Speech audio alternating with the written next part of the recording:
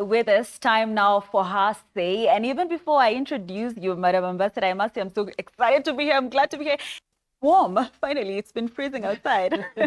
I'm glad we can warm you up a little bit with the fire. Oh, yes, the fireplace right here. Thank you. Thank you so much for having us. You're welcome. Like I have mentioned before, our conversation tonight is with the U.S. ambassador to Kenya, who is also the first U.S. female ambassador to Kenya. But listen to this, in more than 2 decades, okay? She has a significant experience leading business organizations from startups to multinational corporations, a diplomat, a business executive, and a politician as well.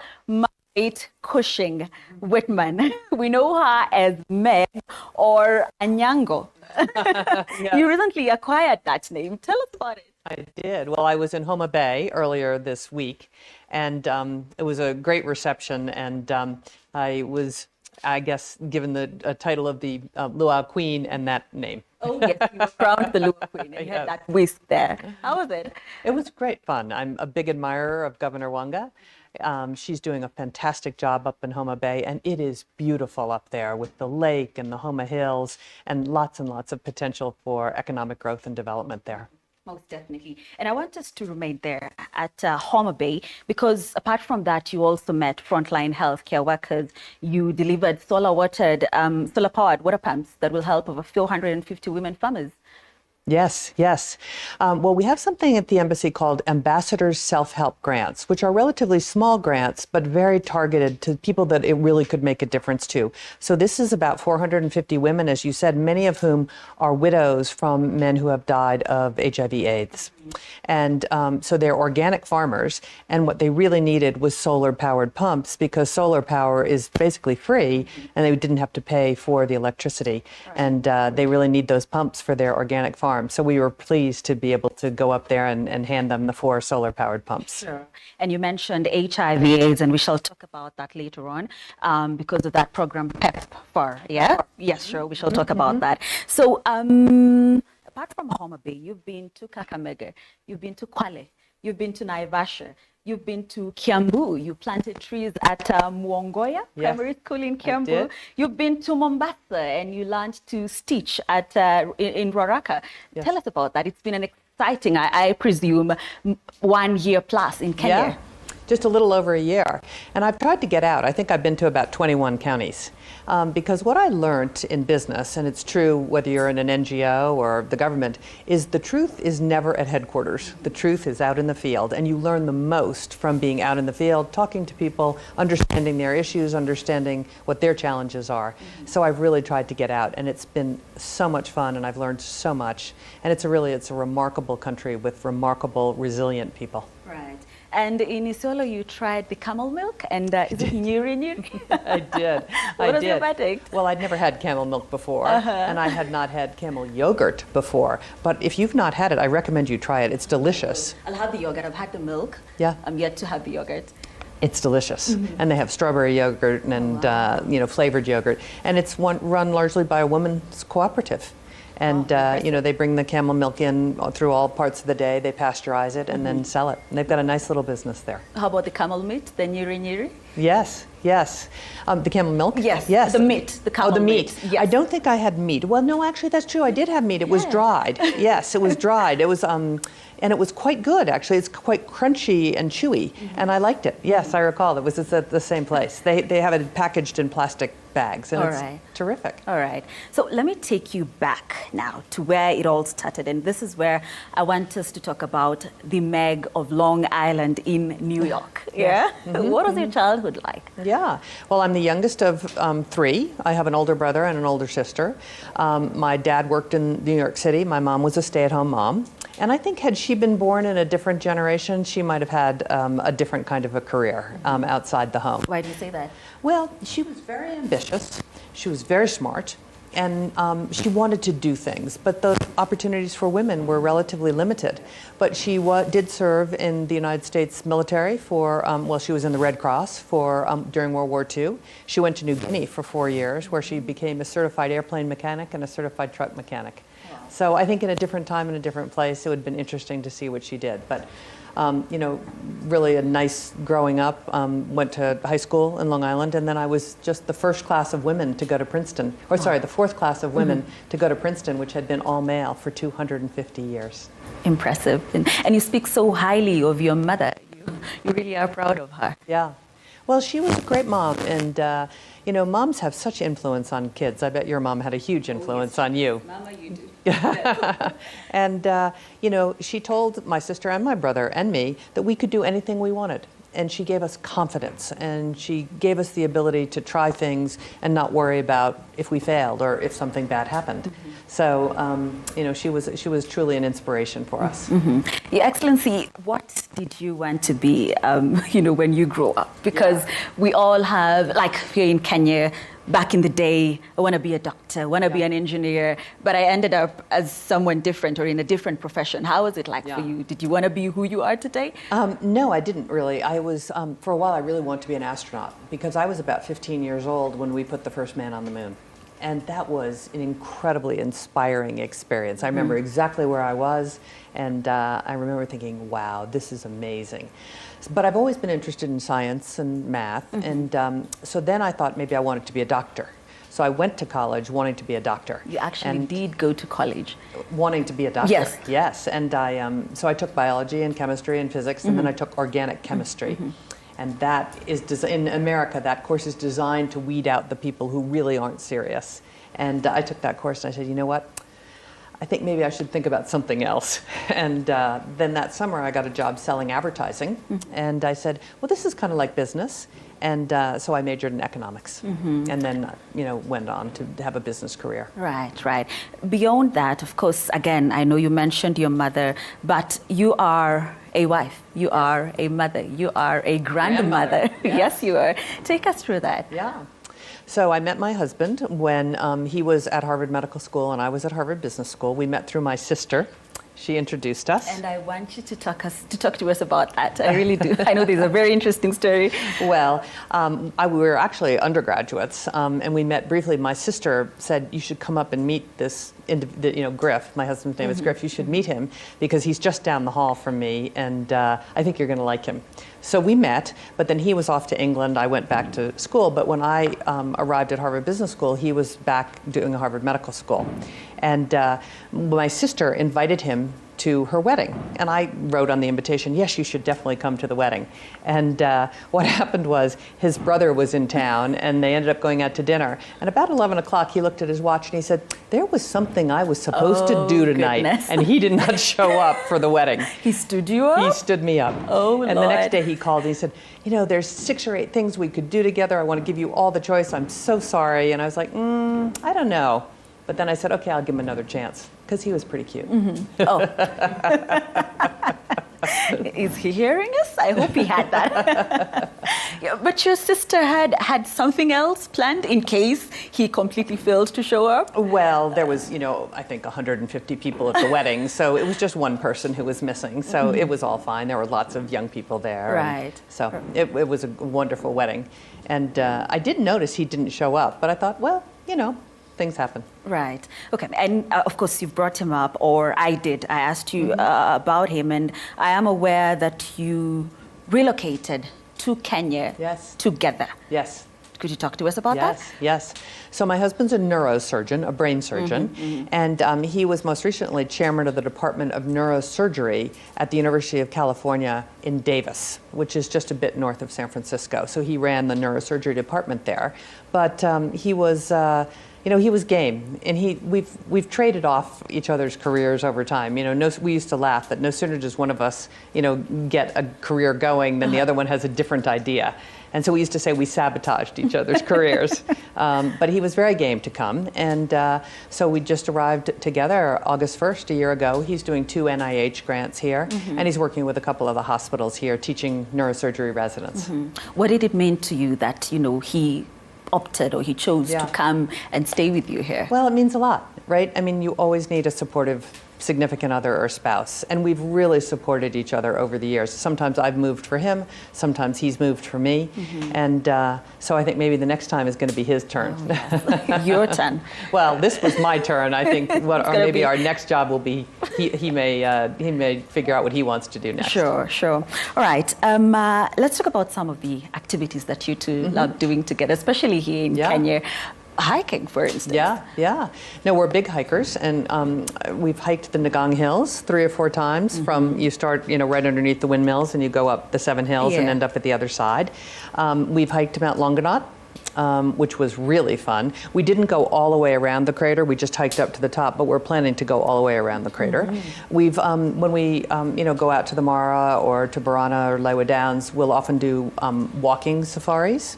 And so we love to walk and we love to hike. And it's a great, I took a look at those Homa Hills when I was at Homa Bay, and I said to the governor, I said, can you hike these? Are there walking trails? And she said, no. And I said, well, you should create them, because we would be there. And she heard you. Right. I want to know more about, him in terms of the role that he's played in your life. And I'm asking this because I am aware that, you've mentioned him in your 2010 book, The Power of Many. Yes. So what other role has he played in your life journey? Well, my husband has been a tremendous support. The most important decision you make is who you decide to partner up with. That's it true. really is the most important decision. And you make it when you're very young. I got married when I was 23.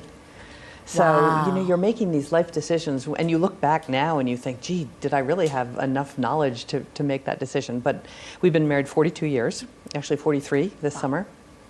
And he's been a tremendous support. And we have 2 boys, who are now 38 and 35. And with both of us working, we had to figure out who was going to be at home, who was going to be at home at dinner every night, who was going to go to the football game or the basketball game, or who was going to take them to, their summer camp.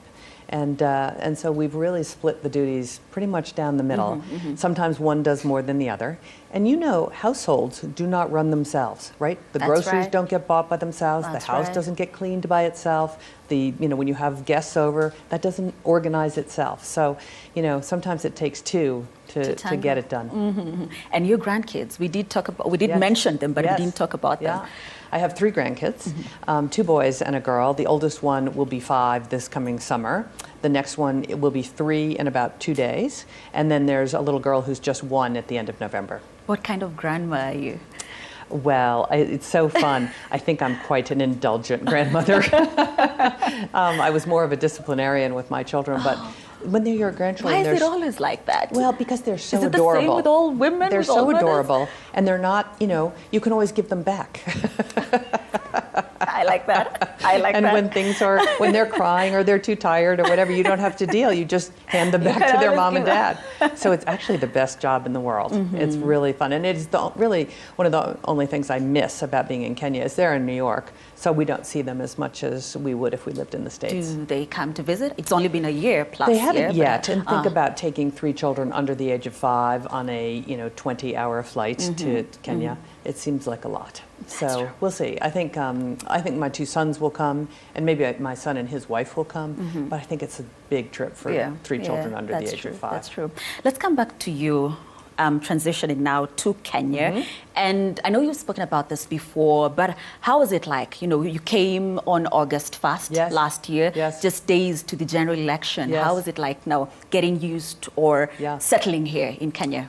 Well, it was a big change for us because I had never been a diplomat. I'm not a career foreign service officer. I'm a business person. So this was the first time I'd ever worked for the United States government. It's the first time we've ever lived outside the United States.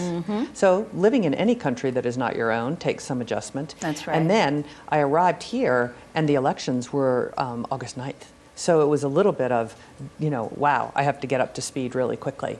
And but in some ways that was good because I met a lot of people. I was at the BOMAS. Yes. And yes, you were. That was a real challenge. But I met more people in that 24-hour period than when I was there than I would have met in probably 3 or 4 months. And it was an excellent introduction to Kenya.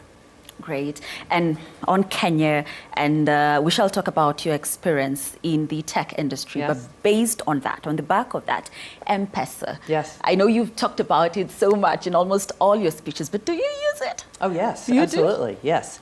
I mean, M-Pesa is really remarkable. And I know something about the payments business because when I was the CEO of eBay, we bought a company called PayPal. So I know a lot about digital payments. And when I understood the power of M-Pesa, that nearly 60% of Kenya's GDP flows through M-Pesa. Everyone uses M-Pesa.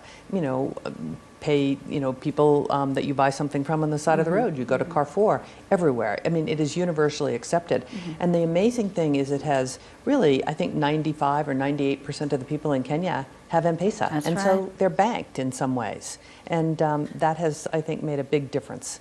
And it's very different than America. We solved e-commerce before payments. Kenya did the reverse. Kenya figured out payments, and now you're starting to see some of these e-commerce companies come up. So I think there's quite a bright future in tech broadly here in what you call Silicon Savannah, which Definitely. I love. And we shall talk more about that, especially when we get to eBay. By the way, so many people want to know about your experience at eBay. We shall get to that. But Your Excellency, this is her say. And like I said, it's a show for the women, by the women, by a woman, for the women. And I want us to talk about what it takes to be this phenomenal woman leader that you are, who has not just established a name for herself in her country, but beyond, globally. I mean, who doesn't know Meg Whitman? Oh, you're nice. Thank you. Well, I think it takes a number of things. One, first of all, it takes a lot of hard work, right? And there is virtually no one who has done a good job in their career. I bet you work really hard, right? You work really hard. People, you have to work really hard. And you have to be resilient because everyone has setbacks.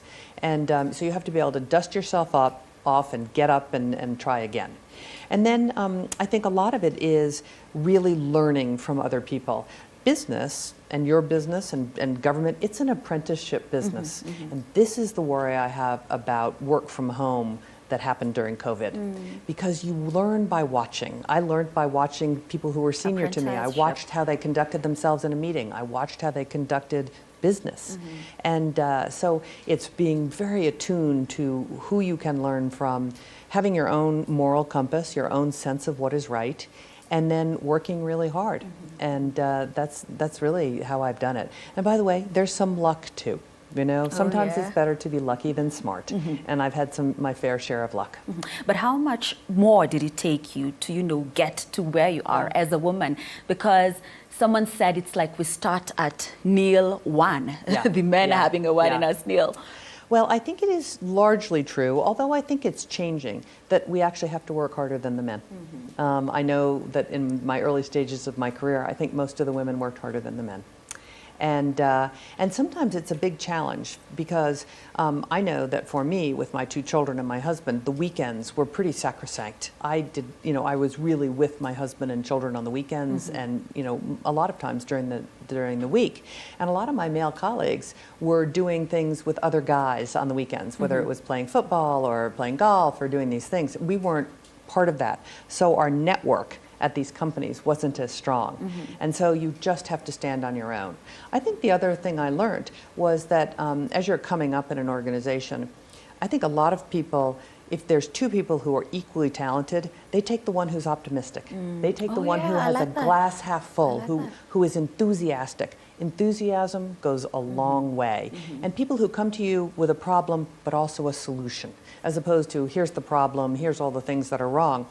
People who come to you and say, here's what's wrong, but here's what I recommend you do about it, you go, okay, that's someone I want to work with. That's someone I want to promote. And you are a defender of women's rights, because allow me to read this. In 1979, when you were at P&G in the Cincinnati office, you stood up, against a policy that the company had that it wouldn't issue credit cards to its women trainees because they simply didn't think it was safe for women to travel alone. That's exactly right.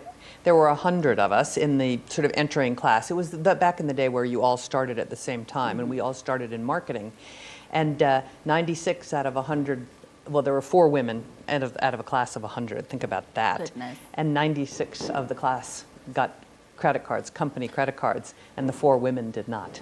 And we went up to the fellow who was teaching this orientation session at the end, and we said, you know, I'm sure there's been some mistake, but the four of us women didn't get cards. And he said, I know. It's because we're worried about you traveling by yourself. And we said, well, that's a little bit of a problem because we got to go check the shelves. We have to go sell to the stores. We have to stock the shelves. And he said, I know. And so we wrote letters all the way up to the CEO of the company. And when it finally got to the CEO, he said, this is crazy. If we've hired these women, we have to enable them to do their job. Give them the credit cards. And so, you know, but we worked within the system to change it. Right. And coming home now to Kenya, I'm aware of a program by the U.S. Embassy, Got What It Takes to Be Ambassador for the Day? Yes. Tell us about it. So it's Ambassador for a Day, and we take applications from young women all over the country. And we had our first one earlier this year, and it was fantastic. She works in a plant regeneration kind of a company, and she was super smart, and I think she just thought it was really, really fun. So again, it's a little bit role modeling. You know, I have a phrase, if you can see it, you can be it. And so she saw a number of senior women leaders at the embassy, and I think that gave her a sense of, okay, like I can actually move up in my company. I can do things that maybe I didn't think I could do before. Role models are really important. People need to be able to see people that look like them and sound like them, and they go, okay, I can do that. Right. If you can see it, you can be it. Yes. And there's so many quotes by you, Your Excellency, never compromise your integrity. Yes. Problems are good as long as you solve them quickly. Remember that? If you have fun at your job, I think you're going to be more effective. And there's one that I like, which is actually my mantra too. Do what you love and success will follow. Passion is the fuel behind a successful career. Yes. What's the inspiration behind all this? Well, think about how much time we spend at work. We spend probably more time at work than we do at home. And so I think that's really important to do something that you like. And I think we're all better when you do something that you like.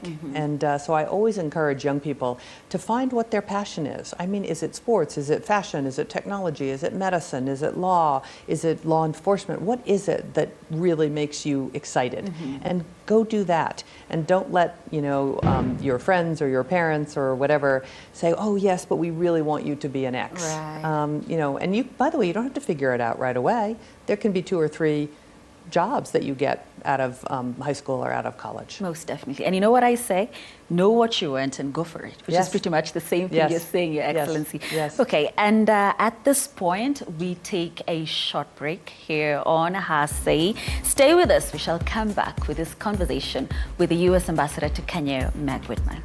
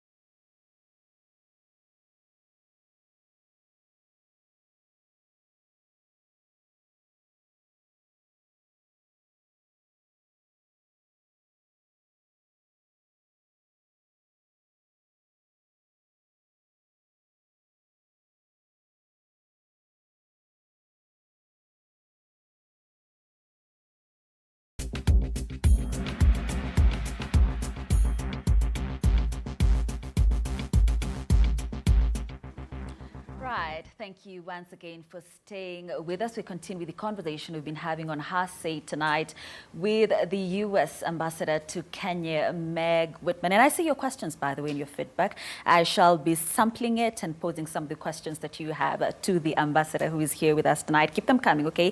TV47 News on X, TV47 Kenya Facebook, Grace Korea KE on Twitter, on X, okay? Your Excellency, let's talk business now, okay. And particularly eBay, which, like I said before, so many people want to know about it because Meg Whitman is known best for taking eBay from $4 million in sales to $4 million in sales to $8 billion in sales. That is in a span of 10 years, 1998 to 2008. What does it take to be this successful in business? Well, first of all, I think it takes picking the right industry, and also we were at the dawn of the internet. In 1998, it's hard to remember, but we were barely doing email in 1998, and e-commerce was entirely new, and eBay was an entirely unique concept.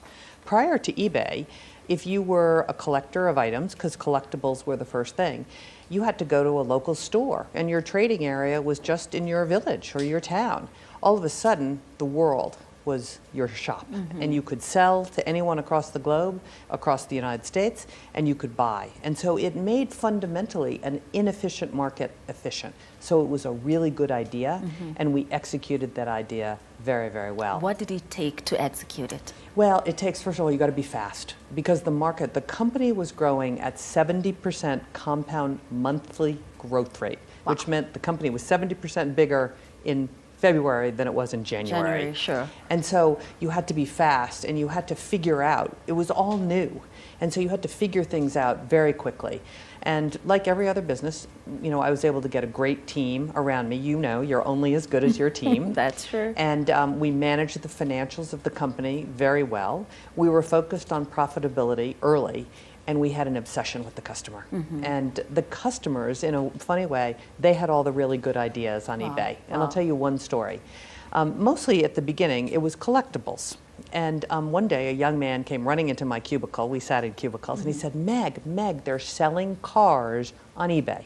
I said, they're not selling cars on eBay. They're selling those little die-cast cars that people collect and little children play with. Yes. And he said, no, Meg, today there's 200 cars for sale on eBay. And I said, well, the least we can do is give them a category.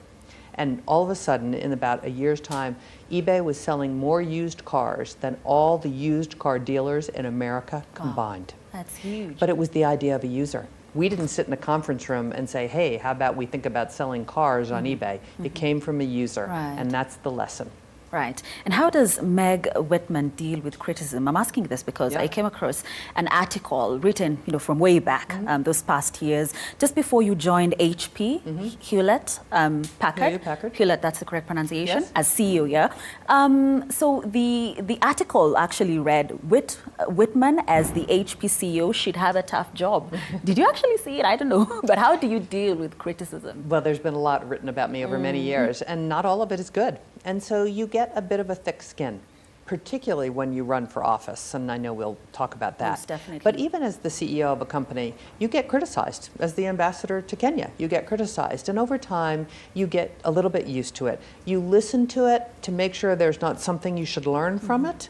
And then you just make sure that you sort of keep yourself centered. And when I was in politics, I just stopped reading the articles because it actually doesn't help you. It shatters your confidence. And I knew that my team would tell me if there was something I needed to know, but I just couldn't read the articles. And you know what you should never read is the comments. Never read the comments. I agree. It is brutal. And by the way, it's not a representative sample, and it just, I think it throws you off your game. I totally agree. Even for us as journalists and news anchors, some people sometimes say the most terrible of things, and it's better just to not read it. Because it doesn't help you. It doesn't make you better. It makes you feel badly about yourself, and bitter. Sure, bitter. Okay, how do you deal with certain challenges? And I'm asking this on the back of when you were CEO, Florist's Transworld Delivery. Yeah. So that was a job that I actually got dismissed from. And, you know, it was my first CEO job. And what I did is I really did turn around this company, but I didn't hit the business plan that the venture capitalists and the private equity firms had decided that they thought this company could do. And so it was a good lesson where, one day we the senior partner at this private equity firm said, I don't think this is the right job for you. And I said, you know what? I hear you, I understand. And I learned a lot from that job. You know that old saying, you learn more from your failures than you do from your successes? I think that's true. And I think the thing I really didn't understand at FTD was it was a member-owned association. So it was not owned by shareholders. The company was owned by other florists. And florists did business with FTD for reasons other than economics. It was connecting over a shared area of interest. Their families grew up together. They felt like a family. And we treated it more like a business than like family. And it was a pretty good lesson to say, you know what? You always have to understand the dynamics of your customer base. So it was a good learning experience for me. And, I said, what's the worst thing that can happen? I'll just go get another job. And I did. And you did. And I did. You did. Let's talk about something that you termed a very tough business. Yes. I think you know what I'm talking about. Politics. Yes. Yeah. Yes. Why did you decide to get into the murky world of politics? Well, I was inspired by two people. One was Mitt Romney, who you might know ran for president of the United States. He was also governor of Massachusetts, and now he's a senator from Utah. And he was my boss at Bain & Company for 10 years. And I really admired him. And when I watched him go into politics, he went into politics for the good of the country. It wasn't about him. He thought he could help the country. And I admired that a lot. And I said, you know what? After I'm finished my business career, maybe I can do something like that as well. And then I also worked on John McCain's campaign. And John had a phrase called country first. Not John McCain first, country first. Yeah. And he believed it. He was a naval aviator. He believed it with all his heart. And I was inspired by both of them. So when I finally finished at eBay after 10 years, I decided to run for governor of California. And I thought I could actually help California, which needed quite a bit of help at the time. Yeah, but because that didn't happen, I mean, what did that experience teach you? It was pretty brutal. Tell me about it. Tell me more. Politics, and I think it's true in Kenya, it's definitely true in the United States, it's a full-on combat sport. It's like fighting all the time. And you have your opponent to deal with, you have the press to deal with, and a lot is going on, and I was new to politics. So I found it to be very difficult because I am at my core not confrontational. I don't like to fight. And there's a reason in the United States that many people are litigators. They're used to arguing. And the press, probably not here, the press says up, you say up, and the press says down. But if you had said down, they would have said up. So it wasn't about the right answer. And that was hard for me because in business, you're always about the right answer. And so it took me a while to figure it out. I'll tell you one other thing I learned, is that in business, you talk about numbers, revenues, costs, return on invested capital. In politics, it's actually not about the facts and the figures, it's about the stories you tell. It's about inspiring large groups of people. It's about building coalitions. And those were skills that I didn't have because I'd not done it before. So again, I learned a ton. And really gave me an appreciation for politicians. And we should be glad that anyone wants to run for public office because it's really hard. It's the hardest thing I've ever done. And now that you definitely know more, I don't know, any political ambitions, perhaps follow the steps of Kamala Harris, for instance? No, I think my career in elected politics is over. I made a good run at it. I learned a lot. And I think I might have been a pretty good governor. I don't think I was a very good candidate. And today, at least in the United States, someone who's a good candidate may or may not be as good a president. And so I think I was not a good candidate. I might have been a good governor, but we'll never know. Let's talk about your current job now. Yes. What's the most fun part of it? Yeah. Well, I think getting to know Kenya. That has been the most fun. And getting to know Kenyan people and seeing entrepreneurs and people who are really making a difference to children or people with HIV or whatever. It's such a wonderful patchwork of people and cultures here in many ways. So that's been the most fun. And then I think the other fun is that I think Kenya has so much potential. And in my view, a very important priority is economic growth and development, because the population is going to double between now and 2050. That's true. There's already youth unemployment, underemployed people, and so the ability to help Kenya attract foreign direct investment and help Kenya create good private sector jobs that pay a good wage and have some benefits associated with it. It's really fun and it's satisfying, and I think we're making some progress. We'll see. I'll ask you a question you asked President William Ruto at the Silicon Valley. That was during the U.S.-Kenya Business Roadshow. You asked him what he is most proud of in his job and how hard it is. And I want to ask you that. Yeah. What am I most proud of? Yes. I think I'm probably most proud of what we're trying to do from an economic growth job perspective. So we put together this, well, first of all, let me back up. I think one of the challenges that Africa has and Kenya has is that the narrative on Africa in the United States is about 20 years old. People in America don't understand the dynamic continent. They don't understand what people are doing here. They don't understand the opportunity. And that's because when you live in America, Europe is closer by, Latin America is right there. Asia has been such an important trading partner that I have said this many times. I thought about Africa about 1% of the time when I was running HP and eBay. And if I knew what I knew now, I would have a very different point of view. So we've worked hard to try to change the narrative. And we put together a presentation called Why Africa? Why Kenya? Why invest in Africa, and why Kenya should be your destination? And that's starting to change minds.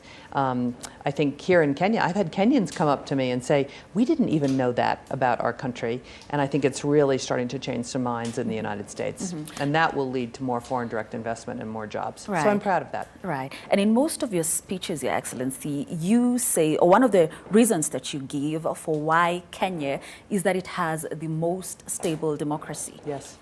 Why do you say that? Well, I think everyone would have to say it's at least one of the most stable democracies in all of Africa. There's been a lot of changes over the last couple of years. You see what's happened in Sudan. There's fighting in the DRC. There's all kinds of challenges in military coups. And yet Kenya continues to grow and has put together an impressive track record. So I do think if you're going to think about investing, Kenya has to be on your short list of places that you would look at. But there is a statement you made at the devolution conference. Yes. You know what I'm talking about, yeah? Yes. And it rattles some quarters, among them Azimio leader, or the opposition leader, Raila Odinga, who asked you to keep off Kenyan affairs. I mean, did you expect such backlash?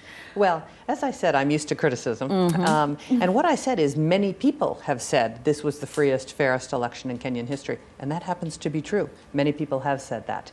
And I think Kenya should be proud of the fact that there wasn't violence associated with this election, that there was a peaceful transfer of power. And just like in the United States, there's people who think that's not how the election really went.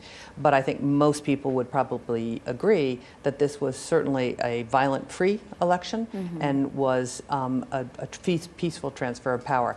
And that's important. You have to remember this presentation is for foreign investors. And foreign investors want to know that where they're going is stable. The last thing they want to do is be in the middle of something they didn't anticipate. So stability is an important part. And what that presentation I made at the Devolution Conference was effectively the same exact presentation that I made in America on our 4 different roadshows. Right. But then again, how did you deal with it, say, on a personal level? Because it did explode. I mean, it made the headlines. We saw the president, of course, defending you. How did you deal with it? Well, to tell you the truth, I was surprised, because I didn't actually anticipate that, because I didn't think that what I said was particularly controversial. And then I understood that, probably many people at that conference thought it was quite controversial. And so I said, you know what, we'll learn from this. If I had to do it again, would I say it slightly differently? I might. How would you say it? Well, you might just say that, well, I don't know. I think you might just say that a lot of people did feel that this was an excellent election, which is kind of what I said. Yeah. But I suppose I could have just not said anything at all, right? I could have just gone right into why Kenya. But I thought it was important, and again, it was the speech that I had given in America many times. So is that a regret? And no regrets at all. I think I did the right thing.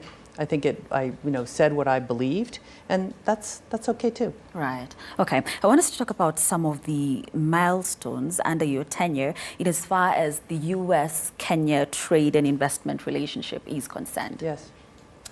Well, I think there was a lot of momentum, before I got here, so I can't take credit for everything by far. I think a lot of things were really headed in the right direction.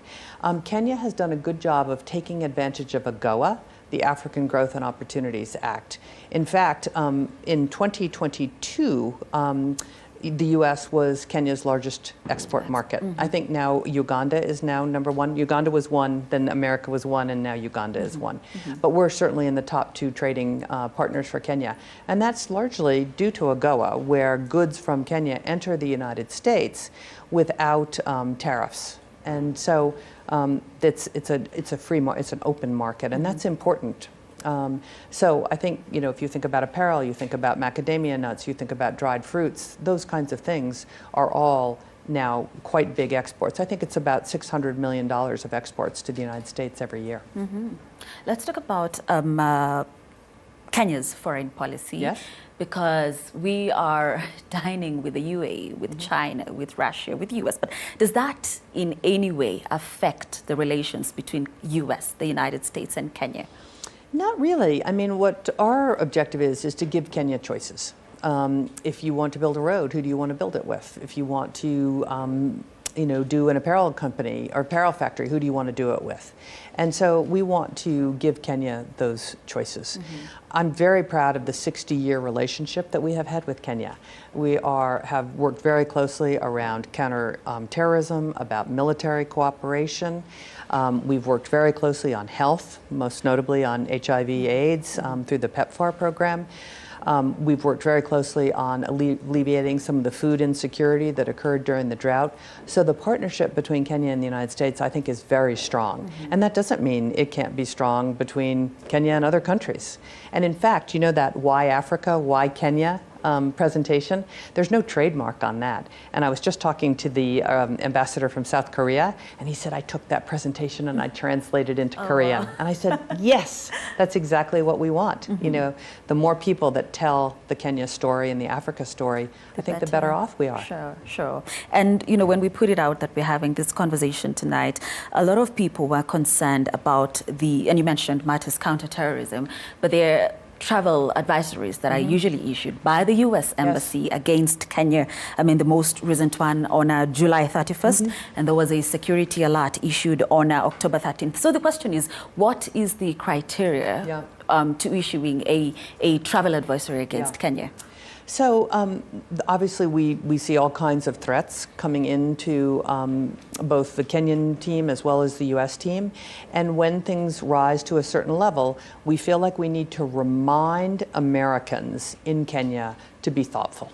And what happens over time is that people forget. There's 30,000 Americans living in Kenya, and they love it here. They are very much part of the culture, and they forget sometimes that they need to be careful.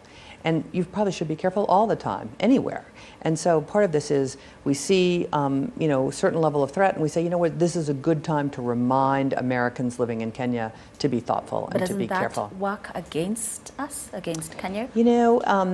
I think if I was the Kenyans, I would never want those security alerts, but it's better to alert people and to make sure they're careful as opposed to people getting hurt, because that would be even worse, I think.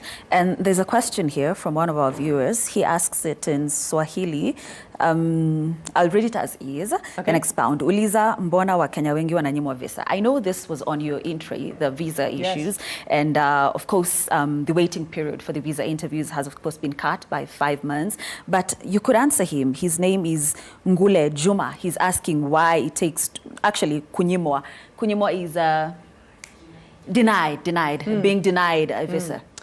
Well, first of all, I have to say I'm so proud of our consular office. When I came here, it was 2 years to get an interview even for a visa to come to the United States. And we made a few changes. One is if you'd had a visa in the last 5 years, you could renew online without having to come in for an interview. And then we've really worked hard to increase the throughput and the processing of visas. But there will always be people who are denied for a whole variety of reasons, and I don't know what his story is or if he was denied. Right. But if you've been involved in criminal activity, if you have overstayed a visa, you went to the United States and your visa was for 6 months or a year, and you came back 3 years later, that You disqualifies you from getting another visa. If there's been any, terrorist activity or money laundering activity, we deny people because our job is to keep, let the good people come to America and make sure we don't have, people who are going to try to do America harm. And you have to know that we're even more sensitive about this since 9/11. Oh yeah, sure. So, we're trying to be fair, and we just try to be even-handed about it, but sometimes things in people's background disqualifies them. Most definitely. And as we wrap up, Your Excellency, let's switch gears and talk HIV/AIDS. Yes. I know I did say we shall talk about that. And of course, this is ahead of the World AIDS Day on December 1st. And I know Yes. the embassy is sharing 20 stories of 20 lives Yes. transformed under PEPFAR. Take us through that. Yes. Well, this is the 20th anniversary of PEPFAR. And we should go all the way back to 20 years ago where HIV/AIDS was, really had threatened the entire African continent. Right. Someone told me, I was not here at the time, but someone told me that people were dying so rapidly that one of the biggest industries was the coffin industry. And then you think now, today, yes, there are people living with HIV or AIDS, but they are virally suppressed. They're living good lives. They're, family members and mothers and fathers and sisters and brothers. And it has been one of the great success stories, I think, between America and, frankly, the African continent. So this year is just 20 years to celebrate. And so we found 20 people whose lives had been changed, whether they were able to have a baby even though they were, HIV positive, Yeah. or they were able to get married. And and they, were able to do all these different things because of the PEPFAR partnership between Kenya and the United States. And it's been a remarkably successful program. Right. We have more work to do, obviously, but it's been amazing. Most definitely. Again, as we wrap up, what would you want, or do you want your legacy to be at the end of your tenure as a U.S. ambassador to Kenya? Yeah. Well, I think first is to continue to strengthen the partnership between Kenya and the United States on all dimensions. I think secondly, to see if I've been able to really help the economic growth and development of Kenya and bring more foreign direct investment here to help Kenya create more good jobs. Obviously, we continue to help on food insecurity and gender-based violence and all of those things which are so important to the relationship. But if we can, really accelerate economic growth between Kenya and the United States, that would be a legacy I'd be proud of. Right. Okay. And this is where we ended. But I'm going to do something that we did not discuss, Your Excellency, because when you were in a Home Bay, you said this is the greatest fun you've ever had, dancing. And I want you to show me a move that you learned. We didn't plan this, but you have to as we wrap up. Well, as you know, the people in Home Bay like to dance. And so it was a dinner for 60 people. And at the end of dinner, 60 people got on the dance floor, which I have not seen happen in Kenya. It doesn't happen in the United States either. So we were all dancing. And you would like to see a move? Oh, yes, well, yes. I don't really have I actually a want you to move, show but- me what you learned. Well, I didn't actually Wanna learn. rise? Well, it was fun because we were all, in a circle. Everyone was holding hands in a big circle, and then people would go into the middle. And it was just fun to watch people do what they did. And, there was just all these different interesting moves. I mean, all the guys were, and they were doing, going down deep into their knees. Oh, wow. Which for 67-year-old knees are a little bit hard. Yeah. But it was a lot of that, and then, doing sort of twirling and things like that. So it was really fun. You had so much fun there. It was fun. Luo Queen, Anyango.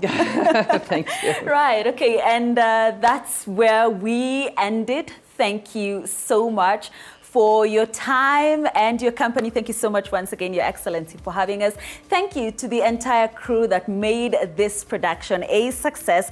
My name is Grace Kuriakanja. I'll see you again tomorrow. Good night. Thank you.